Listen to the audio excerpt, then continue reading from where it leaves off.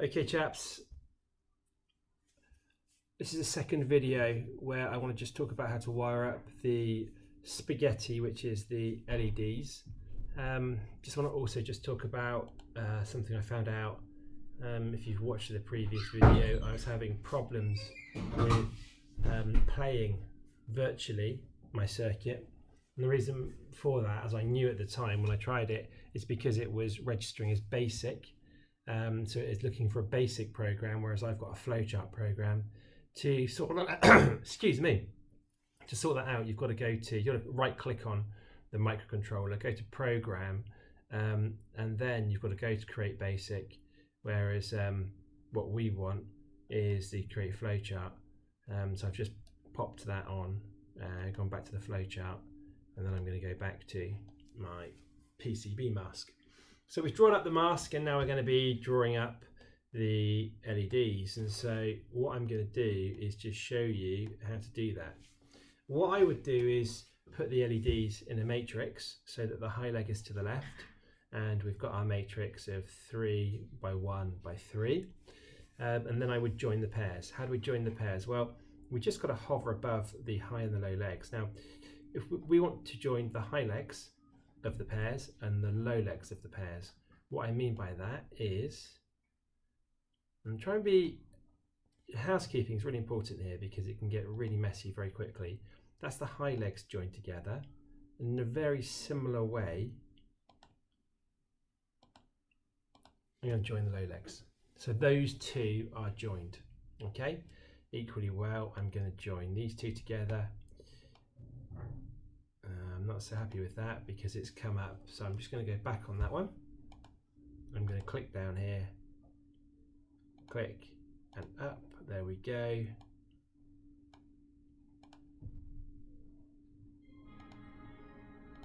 There we go.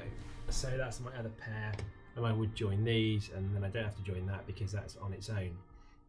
Right, I have Q1, Q2, Q3 and Q4, okay, here, and I don't have to use Q5. So what I'm going to do is I need to connect this to the high side of the output and also the low side of the output, and that corresponds to the high and the low leg of the LED. So how am I going to do that? This is Q2. I'm going to come up and I'm going down. There we go. So that's 1, and this is the low leg. So this can go to the common low, can't it? All these lows are connected to the same track. Now I've got this, which is Q4, and I'm going to, it might not be the same on your program, but it is on mine for sure. I've got the long leg, and I've gone too far up. That's the high leg, it's going to the high side of that, and then I've got the low leg connected there. Now what I'm hoping is that when I play virtually this model, that these lights will come on. And interestingly, what you can do here is you can look at the variables. So it should tell me what number is on the dice, because I have suggested probably N or S or T is a particular value. So when I press this, 2, you can see, so 2 is correct, so A equal 2, and so those two came on. I'm going to do it again. 1 of course isn't wired up yet. 5, so 1's not wired up yet, and nor's 3 wired up yet, but 2, as in Q2, is wired up. So when it's 5, only those two come on. So that's how I've now wired up 2 sets. And of course we need to wire up 4 sets, and so those two need to be wired up as a pair and then taken to, I think that is Q3, and this one is not a pair, it's on its own, so that needs to be taken to Q1. But when you do that, that should give you your working matrix, and that's what you need to do before you're going to be making, before I'm going to be signing off your artwork, which brings us nicely onto what your artwork is, because we've been producing this sort of red and blue graphic, but in actual fact what we're looking at is this artwork on the left hand side. That is going to be the thing that you need. Okay, I need you to print that out and I need you to measure it, and it can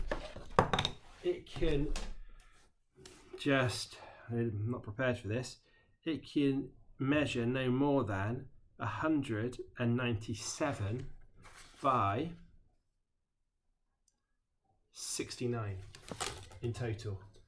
Okay, so 97 by 69. Okay, and that will be from corner to corner. Okay, so from that corner to that corner, it can be no more than those dimensions. Can you measure it on here? I don't know, to be honest with you. You might be able to find a measuring tool. I've never found one. So what I do is I print it out on the photocopier and then I measure it. And that allows me to see things which I can't see on here. For example, I was looking the other day and this here, unfortunately, my lettering is over my tracks. Now, last time we didn't go into the lettering. What you can do with the lettering is you can right click on it, you can go to font, and when you go to font you can decrease the size. If you decrease the size, I will go no smaller than 6. Okay, but you can see now we've got the lettering at 6. We've also got this thing where the lettering doesn't really go where you want it to go. So, and I would be very careful with this, you can click on down here, you can click snap to grid. You want snap to grid on, but when we're placing the lettering you really want it off. Okay, so that's much better. And so maybe you can, maybe we could get away with it being one size smaller, not 2. But as soon as you finish doing that, what you want to do is go back to this and go back to snap to grid. Otherwise what you'll get is a very disorganized PCB mask. Right, I think we're nearly there. When you're playing your product, if it doesn't work, a good thing to go to is current flow. And what that will show you is it will show you where is high, as in red, and where is low in green. You can see now that when I press this, that track goes red. And can you see down here as well, we've got the low going, we've got the electrons moving back into the low side of the circuit. This is absolutely stagnant here. When I press that, what you're getting is a little bit of movement, a little bit of energy going through the resistor. Okay, and when you do that, you can start to work out what is working and what isn't working. All right, so that's just that's a few tips. So you've got the normal view there. You've got, I wouldn't bother with that real world view. You've got your current flow, which is good to determine what any problems are.